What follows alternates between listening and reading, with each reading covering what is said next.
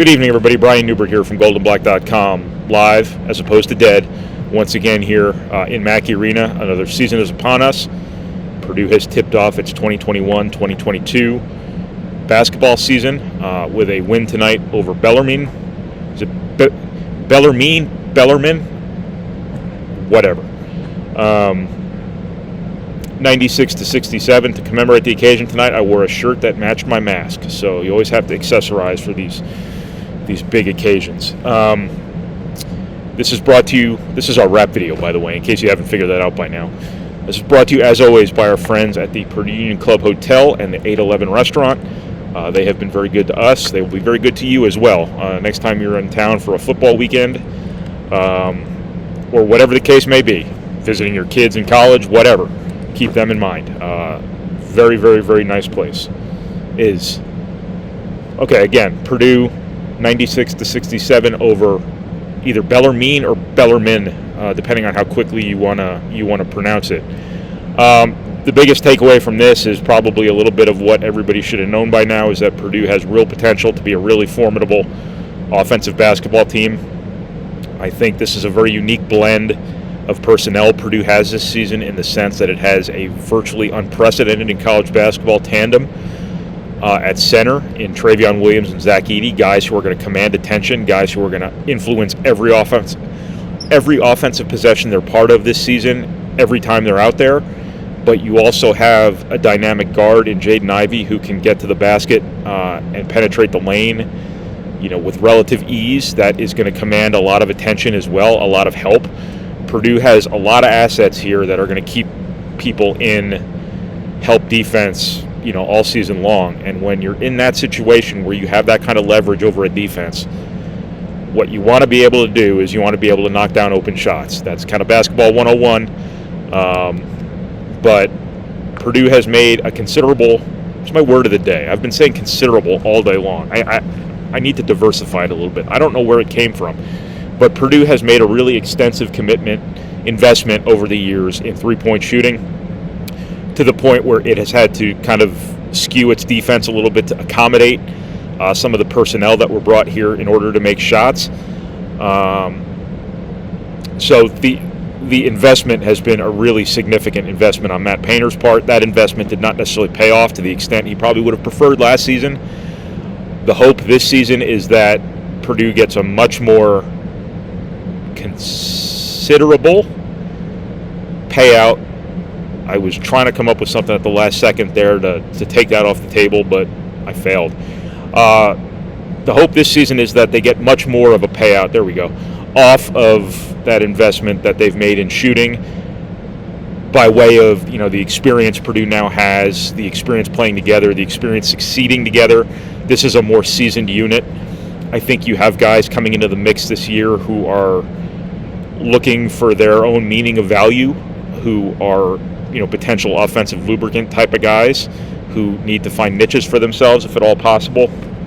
And I'll talk more about that later. But I thought what you saw tonight for Purdue was just a really, really veteran type offensive performance from a shooting perspective, because I thought Purdue did all the right things against what Bellarmine was doing. Bellarmine, what they were doing defensively. Purdue pushed all the right buttons. They made most of the right passes. They shared the ball. They, turned down good shots for great shots. I thought a lot of the assists tonight were shooters feeding shooters, and that was a little bit reminiscent. I don't want to go this far quite yet, but what the hell?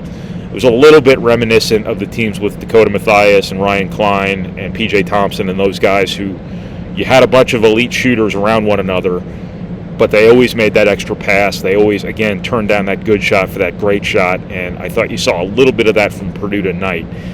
You also saw a player in Trayvon Williams who is a returning All-American, a guy who went through the NBA process last year, a guy who has earned a certain status in college basketball at this point, certainly in the Big Ten.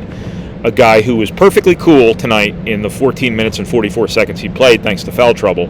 Perfectly cool to just take the ball, draw a double team, and throw it out to a shooter.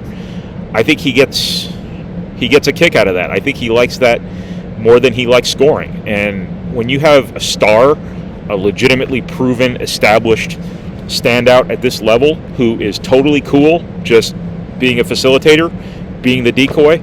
I think that speaks volumes about him. I think it speaks volumes about, the unselfishness perhaps this Purdue team has in it. And that's a very positive thing. But the most important part of the shooting process is the actual shot, of course. And I think, Purdue's got all these shooters Matt Painter's recruited over the years. Isaiah Thompson looks like he's the most threatening he's ever been in that role. I thought he'd be more of a lower volume guy this year. I also did not expect him to be the starter coming into the season. But, we get thrown a surprise or two every year. Sasha Stefanovic is an elite shooter. He's prone to this sort of thing in Mackey Arena. It's precisely the reason why when people game plan for Purdue, he is kind of Purdue's pressure point oftentimes. You can see sometimes how people game plan for Purdue specifically to make sure he does not go ballistic on them. And that is specifically what Purdue's been playing off, for years. When Matt Painter talks about his offensive value, he's talking about just that. He's talking about all the stuff within their offense he does that helps everyone else, even when he's not touching the ball. But he went off again tonight, 5 of 6. Brandon Newman, his numbers at the end of the day weren't great, 3 of 9, but he sure seemed like he was kind of going off himself there for a while. But this team has a lot of three-point shooting weapons. Eric Hunter was 2 for 2 to start this game. They got a lot of three-point shooting weapons, and when a couple of them are on at once, like they were tonight, this can be a really, really formidable, offensive basketball team. As I said before, Purdue has assets that are virtually unmatched in college basketball, the blend thereof, and there's going to be open shots for these guys all year long. Caleb First has looked great shooting the basketball this season thus far. Obviously, we're all of 40 minutes into the regular season, so anything we say right now might be a punchline in a matter of weeks. I'm not saying that Caleb First's three-point shooting will be, but I'm just pointing out the absurdity sometimes of rushing to any conclusions based off exhibitions, preseason competition, whatever it may be. This team looks like it can be a really good shooting team and a team that really kind of has it all from an offensive perspective. I don't know if they necessarily have the dynamic lead guard type of play, but Jaden Ivey might be that kind of player as well. I think Jaden Ivey looks like he needs to get in a bit of a rhythm with everything kind of going on around him. I'm sure he'll figure it out at some point. But yeah, just a really, really impressive offensive showing by Purdue. I don't think in a game like this you don't really pay much attention to the turnover total when things get casual in the second half, but Purdue's done a decent job taking care of the basketball. Jaden Ivey can probably clean up a couple of things in terms of holding on to the ball.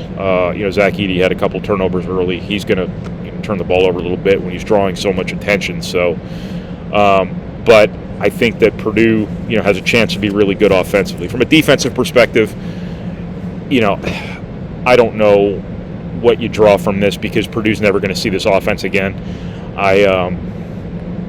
I counted during Bellarmine. I counted during the Knights' first possession. They dribbled once during their first possession. This is a Purdue team that has to get better defending the dribble. They have to get better containing the dribble, and they just faced a team that barely dribbles. Now they do dribble when they attack the basket and stuff like that, and that certainly counts. But I also don't know if anything that Purdue does against like Bellarmine or Indiana State or whoever it might be defensively really, really tells you what you need to know about this team, because Purdue's season is going to be defined not by what they do in these games in Mackey Arena, these mid or low major games, unless they lose. If they lose, then I take that back completely. Then we'll find out some things. But Purdue's season will be defined by what they do against North Carolina, Villanova, Michigan State, Michigan, Illinois, on down the line. Those are the games where you face a higher level of athlete, a more assertive offensive player, but more importantly, a quicker, faster, more athletic player. What you do when those types of teams are driving on you, that's what's going to tell the tale of Purdue's season. Big picture, but also from a defensive perspective, more importantly, because this is a Purdue team that needs to be better defensively than it was last season, and I thought it really overachieved last season. I thought it made the most of what it had until it couldn't anymore in the NCAA tournament when, they ran into the North Texas buzzsaw who was able to, exploit some favorable matchups and have a really hot shooting night at the same time. But as I said before, this season is defined by what you do in those big games. And to win those big games, you have to be a really stout defensive team to get the sort of stops you need to get at the end of close games, obviously. So what I'm saying here is I'm talking about the defense right now, but I'm also saying that I'm not going to put a whole lot of stock about what they did against Bellarmine, except for this one point. I thought they were prepared. I thought they really took Bellarmine seriously. I thought they tried hard. Things like that. It sounds to me like they really paid attention to the scouting report and all that stuff. Not to say they didn't against the University of Indianapolis, but I think it was Isaiah Thompson who said they were much more locked into their assignments and whatnot against Bellarmine as opposed to the University of Indianapolis the other night. I think, Trey Kaufman redshirting, I will talk about that a little bit more later as well. But I think when you take a little bit more youth out of the equation too, and you also up everybody else's minutes a little more and let them play through some more mistakes, I think that probably helps your defensive learning curve as well. Gives you a little bit of a less inexperienced lineup out there too. I think maybe that's a little bit part of the calculus. I'm not really sure, but I think Purdue, has potential defensively. I think physically they're certainly capable. It's just a matter of if they're going to take on that sort of approach, if they're going to take on that sort of, cliched mentality. There's guys who are really talented on this team, Jaden Ivey being one of them, Brandon Newman being another, who I think can be really high-end defenders. But I think they're like this whole team in that they have to take that really seriously. They have to make that their thing as much as, offense is their thing or three-point shooting is their thing. I think when you look at one guy I want to mention in this is Ethan Morton. I think he looks like he's twice the player now than he was last season. He looks comfortable. He looks assertive. He looks confident. He looks bigger. He looks more authoritative. He looks like he's playing really well.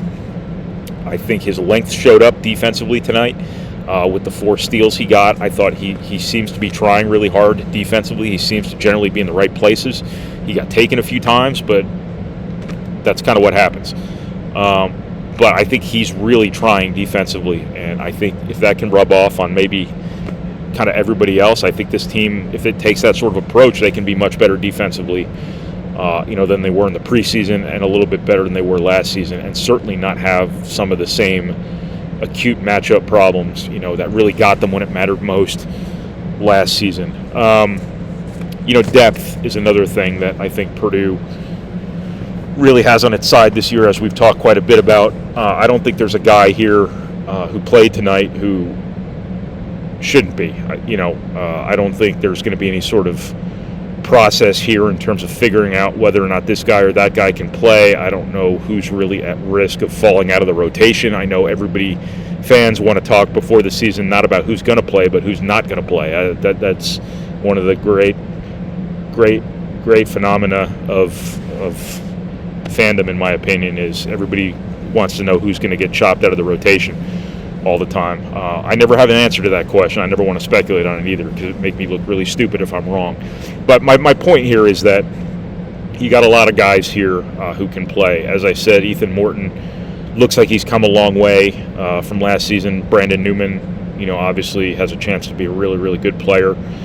I thought Trey Kaufman, being a guy who still kind of feeling his way around here in terms of his role, in terms of his position, learning at the defensive end more than anything, on a team with a lot of scoring options.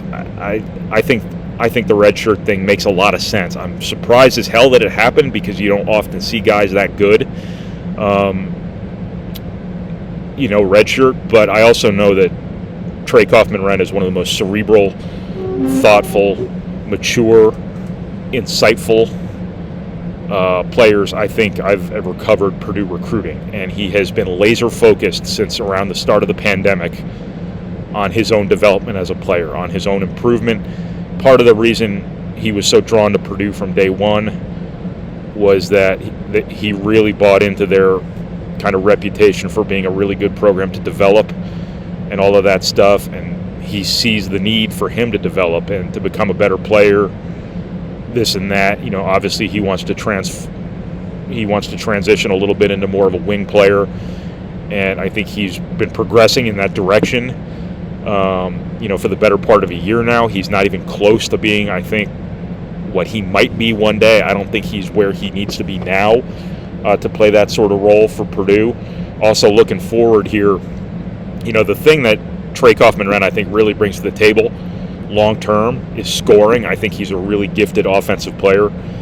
And look at this team. I mean, you have two alpha centers. You have an alpha scoring guard in Jaden Ivey. What you need now is guys who fit into niches, guys who complement those centerpieces really well. And that's really hard for a freshman to do. That's something Caleb Furst, I think, is going to take to really well because he's such an unassuming sort of player. There's such a modesty to his game that I don't think that's going to be an issue for him. He's never been a guy who needs to, kind of get, and I'm not saying Trey Kaufman-Renn has been, but he's always been a high-volume scorer type of guy, had the ball in his hands, get a lot of isolation type stuff, a lot of jumpers, things like that, a lot of post touches, whereas Caleb Furst was always kind of almost always been anchored around the basket, has gotten a lot of post touches, obviously, but I don't know what I'm getting at here. I think Caleb Furst's game is naturally more wired for him to just kind of come in, rebound, run, and kind of fit in, as opposed to having to be featured offensively. I think long term, Trey Kaufman-Renn's absolutely a featured guy for this team offensively. But right now, that's just not what Purdue needs. And I think the trajectory Kaufman-Renn is on, it makes all the sense in the world for him to take a developmental year here. I'm still surprised as hell that it happened, but I think it does make all the sense in the world. And I'm quite certain, based on what I know about Trey Kaufman-Renn, that he has put a lot of thought into this. He has probably made a pros and cons list of some kind, maybe some sort of organizational chart, because he's that sort of deep thinker, and he's at peace with this. He's on board with this, if not enthusiastic about it. That would be my guess anyway. I just know how determined the kid is to get better and how big picture a thinker he is. This helps Purdue because it thins out the herd a little bit.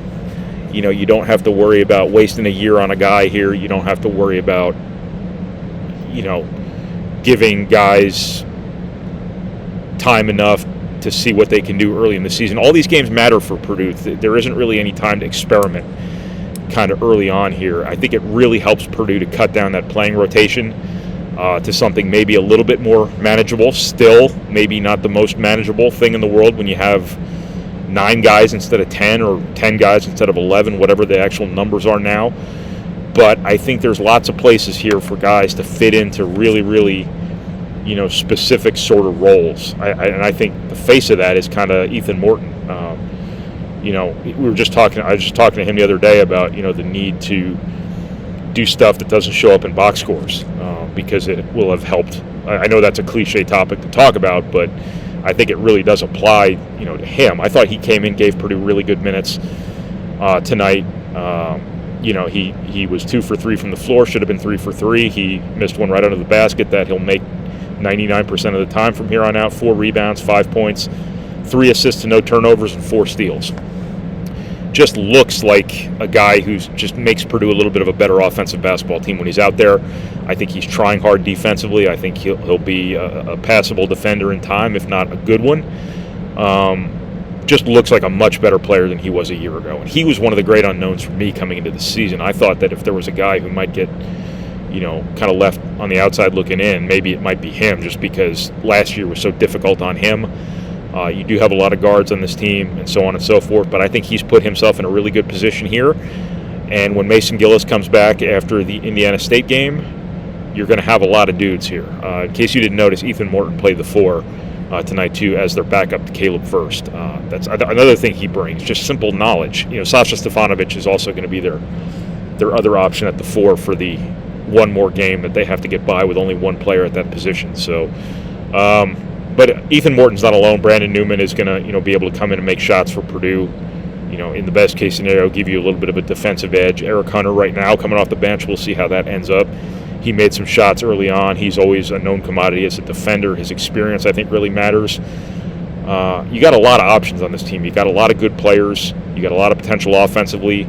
You got to get better defensively, but I think you have potential there too. I think a lot of things are lining up for this team to be pretty good, and I think the biggest part of it tonight was simply the flexing of the offensive muscles that you saw, the likelihood that this is a significantly, considerably, if you will, better three-point shooting team than they were a year ago. They need to be to maximize their potential, and they're certainly off to a hell of a start.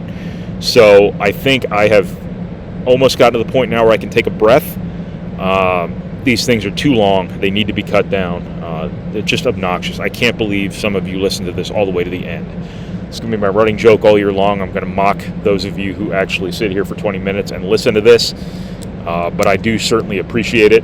I also appreciate the support of the Purdue Club Hotel and the 811 Restaurant for sponsoring these video manifestos. Thank you so much. And to all of you out there, thank you for watching, thank you for reading, thank you for listening, and thank you for processing our materials, however it is you process our materials. I'll talk to you again Friday night after Indiana State. I actually know who the opponent is. After the University of Indianapolis game, I repeatedly called Bellarmine, or Bellarmine, however you want to do it, Belmont. Big difference. Huge difference between Bellarmine, and Belmont. That was my fault. I don't look at the schedule until like the morning of the games. So, that's it. See you guys.